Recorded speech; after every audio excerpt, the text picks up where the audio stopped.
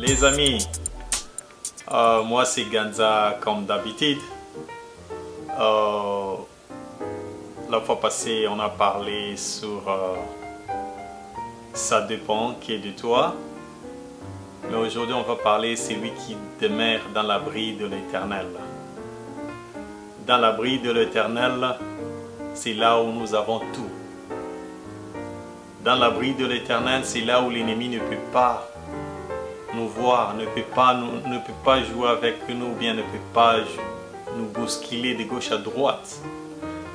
Si vous avez suivi le précédent vidéo, je parlais sur la lumière de ce monde, mais c'était en anglais. Si Jésus nous a appelés la lumière de ce monde, c'est parce qu'il savait que non. Quand nous demeurions dans la lumière, et dans la lumière, il n'y a pas le ténèbre qui pourra nous atteindre. Et si nous sommes dans les ténèbres, c'est là où l'ennemi est capable et disposé à nous traiter comme il veut.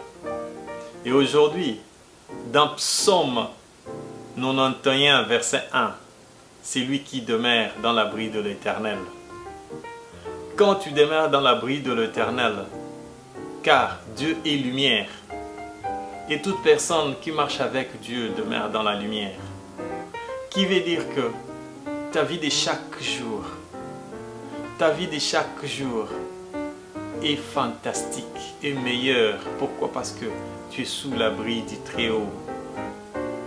Bien-aimé, la plupart des fois, nous sommes responsables de nos actes. Nous sommes responsables de nos malheurs. Nous sommes responsables de nos promesses qui tardent toujours. Et on se pose des questions. Pourquoi? Pourquoi ça s'est arrivé à moi seulement? Non. Il faut revoir ta vie. Est-ce que tu es sous l'abri de l'Éternel? Est-ce que tu es là seulement parce que tu vis matin, midi, soir? Tu vois que non, tu as envie et tu prends ça vraiment comme si rien n'était. Tu n'as même pas le temps de remercier ton Dieu. C'est vrai, nous sommes dans un monde qui est pervers et corrompu. Mais bien aimé, souviens-toi que la parole de Dieu est là et disposée pour toi et moi. La parole de Dieu est là pour nous guider dans les droits chemins. La parole de Dieu est là. Est-ce que nous avons le temps de méditer cette parole? Le pasteur, ce qu'il fait seulement, il essaye d'éclaircir. Mais tu as la Bible. Tu as la Bible avec toi. Il y a tant de promesses que Dieu a mis dans cette Bible pour toi et moi. Mais nous n'avons pas le temps. Comment veux-tu demeurer dans la lumière? Et pourtant, cette lumière, tu le trouveras dans la Bible. La Bible nous dit que mes enfants périssent par manque de la connaissance. La connaissance, tu le trouves dans la Bible. Qu'est-ce que Dieu veut dans ta vie? Comment Dieu veut que tu marches sur cette terre? Tu es passager.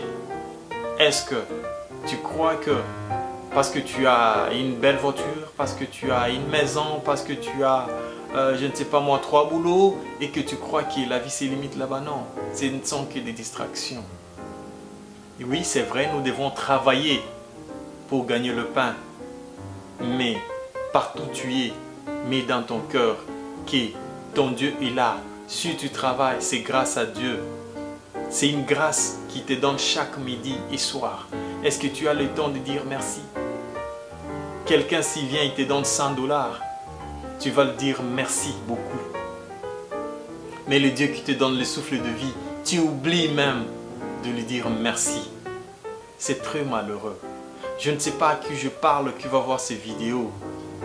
Je ne sais pas à qui j'essaie un peu d'encourager, d'avoir une considération de l'amour de Dieu dans ta vie. Tout ce que nous faisons, ce ne sont que des distractions. Nous travaillons, nous courons derrière la vie qui va s'écrouler demain ou après-demain. Mais Dieu, il est là, il demeure aujourd'hui, demain, éternellement. Est-ce que ça vaut la peine de perdre cette vie et de perdre le royaume des cieux? À toi de choisir. À toi de revoir ta vie. Est-ce que tu marches selon la parole de Dieu? Il ne faut pas accuser le serviteur de Dieu. Il ne faut pas accuser ton collègue. Le salut est individuel. Ce n'est pas un pasteur qui va t'amener au ciel. Ce n'est pas ta femme qui va t'amener au ciel. Ce n'est ni ton mari, ni tes enfants, ni ton frère, ni ton père. C'est à toi de travailler dur pour avoir cette couronne que Dieu a prévue pour toi. Qu'est-ce que tu fais?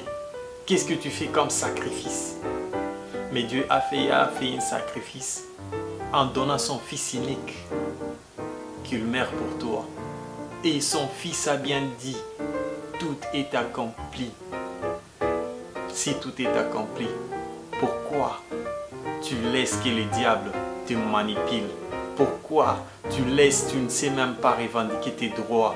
Pourquoi tu ne veux pas même revoir tes promesses pour que tu vis la vie et la vie en abondance comme la parole nous le dit? La paix du cœur, tu ne trouveras pas nulle part ailleurs si ce n'est que dans la Bible, dans la prière. Je t'encourage mon frère et ma soeur, je t'encourage aujourd'hui de prendre le temps de revoir ta vie, de prendre le temps de ne pas chercher que quelqu'un viendra pour te booster, de ne pas attendre que non, avant qu'il soit trop tard. Profite de cette occasion. Les médias sociaux est utilisé pour autre chose qui nous distrait matin, midi, soir. Des commentaires qui ne nous aident à rien. Mais aujourd'hui, je vais utiliser cette opportunité. Partage cette vidéo avec quelqu'un qui a besoin, qui est dans le besoin, qui a besoin d'encouragement.